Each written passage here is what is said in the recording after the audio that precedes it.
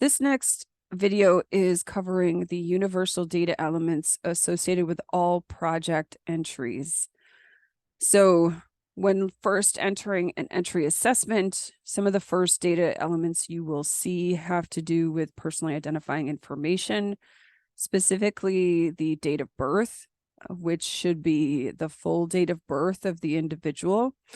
You must answer the date of birth type to record if it was a full date of birth, a partial or approximate, or client doesn't know, client prefers not to answer, data not collected. If this question is left blank, it'll still pull as an error within your data quality plan or data quality report. The next data set has to do with race and ethnicity. This is a box that has multiple options you can choose from. However, you should present all these options to the client before allowing them to make their selection. You can choose multiple options for race and ethnicity by highlighting one, holding the control button or CTRL located on your keyboard, and you can select as many options as they identify. You can also, if you make a mistake, there's a clear all button, so you can clear it again, and then you can select your options before moving forward. If there is a race ethnicity detail that is missing, if the person identifies a race or ethnicity that's not really covered in the categories within the data set or record set, you can add additional detail. An example of this would be if they identify as Hispanic or Latina, but they want to put their Puerto Rican or Mexican or Brazilian in the additional race ethnicity category, you can add that in the text box below. So gender is also a similar record set that has all of these options presented. A client can identify as many genders as they choose. A person to select multiple gender identities, you will again select one and hold down the control button and select as many as the person identifies. If a person chooses different identity as their gender, you must specify what the different identity is in the text box underneath. Again, if you make a mistake, you can clear it out, and then you can choose the options that the person has identified. But again, make sure you provide all the options located within this record set to the client before they answer.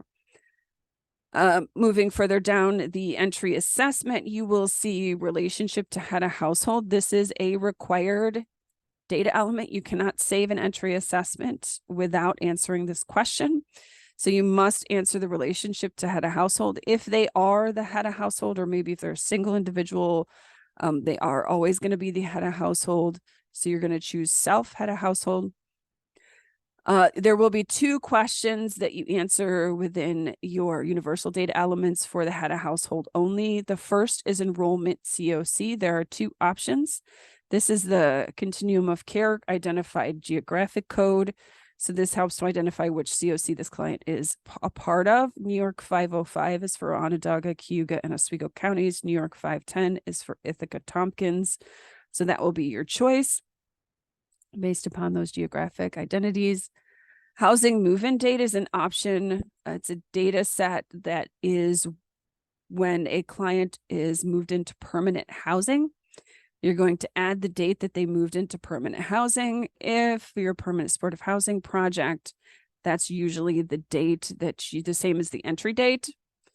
For any other project types, you won't have to fill this date in. So street outreach, emergency shelter, prevention projects won't fill in this data set and won't be an option on your assessment forms.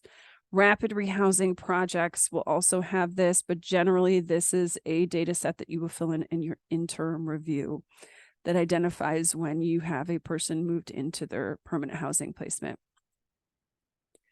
The next portion has to be answered for any adult or individual in the household over 18. You have to answer this on each one of their assessment forms. The first question asks about prior living situation. This is really answering the question, where did you sleep last night?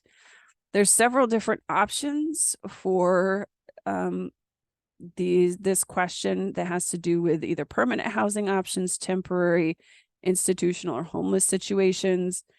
There are some other categories. Generally, these are considered data quality issues.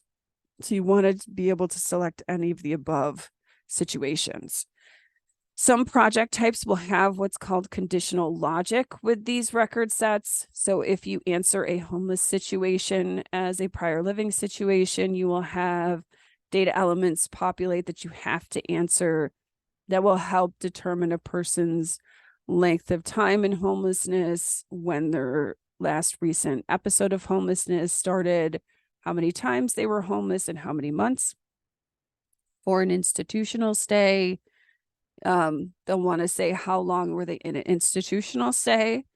If it was less than 90 days, they're going to ask where they were on the night before they entered their institutional stay. This is also to help find individuals who are coming out of institutional stays that are still considered to be homeless under the HUD definition. So if they were on the streets or in an emergency shelter, you're going to get the homeless population questions that'll auto-populate, which will ask approximate date their episode of homelessness started, regardless of where they stayed last night, the number of times they were homeless, being on the streets or in an emergency shelter in the past 3 years, and the total number of months they were on the streets or in an emergency shelter in the past 3 years.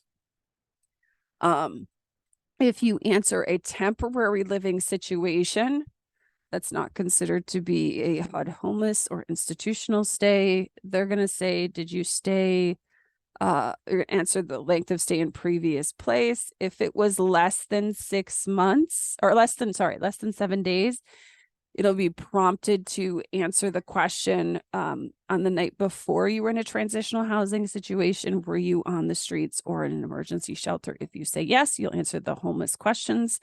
If you say no, it'll end that portion of the assessment. And then the same thing with permanent housing placement. If you say a person was in a rental by client with ongoing subsidy, there will be a rental subsidy type that'll auto-populate to say what subsidy type they were receiving. And then it'll also ask you how long they were in the permanent living situation. If it was 1 night or less, they stayed less than 7 days.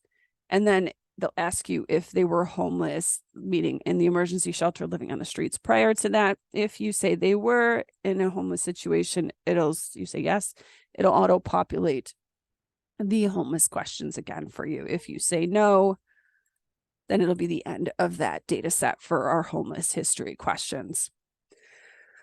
Zip code of last permanent address is an optional data set, but it is important to identify when people were last permanently housed.